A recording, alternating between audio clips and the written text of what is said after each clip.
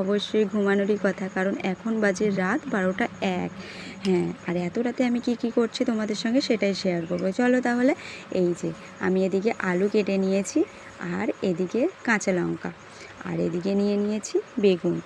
কেটে নেওয়ার পরে নিয়ে নিলাম এদিকে বুট ভিজিয়ে দিয়েছিলাম। তারপরে এদিকে আমি হাঁড়িতে চাল নিয়ে রেখেছি, আর এদিকে রেখেছি সুজি, আর এদিকে ময়দা মাখিয়ে রেখেছি।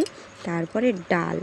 আর এসব করার কারণ একটাই, এদিকে দেখো বলতে বলতে 3:38, 12টা থেকে 3:38 হয়ে গেল। ভাবছো তো জেগেছিলাম নাকি? না না, জেগেছিলাম না, একটু শুয়ে পড়েছিলাম। তারপরে উঠেই আমি এগুলো বসিয়ে দিয়েছিলাম। সেই টাইমটা তোমাদের সঙ্গে হয়তো শেয়ার করতে পারিনি তাড়াহুড়োতে।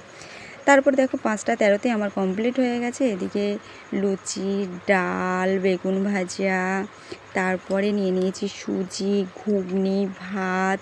ভাবছো তো এত আইটেম কেন করলাম আমি? আজকে যেহেতু রান্না পুজো, দিনের বেলা তো রান্না করতে নেই, তাই উঠে আমি রান্না পুজোটা রাত্রেই কমপ্লিট করে নিলাম। আমার মতো কে কে রান্না পুজো রাতে উঠে কমপ্লিট করেছে অবশ্যই কমেন্টে জানিও।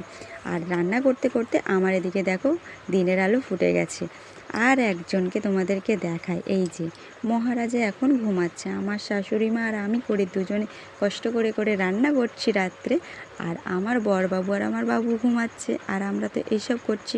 যাই হোক, আমরা মেয়ে বস কোনো কিছুতে হারি না, তাই আমাদের কোনো কিছুতে কষ্টও হয় না। যাই হোক, আর আজকে বিশ্বকর্মা পুজো, আমার তরফ থেকে তোমাদেরকে অনেক ভালোবাসা থাকলো। তোমরা সবাই খুব ভালো কাটিও। আর কার কার বাড়িতে আজকে রান্না করেছো রাত্রে উঠে, সেই দিদিভাইগুলো অবশ্যই কমেন্টে জানিও। আজকের ভিডিও এইটুকু। তোমরা সবাই ভালো থেকো আর সবাইকে ভালো রেখো। ভালো লাগলে ভিডিওটাকে লাইক করে সাবস্ক্রাইব করে পাশে থেকো।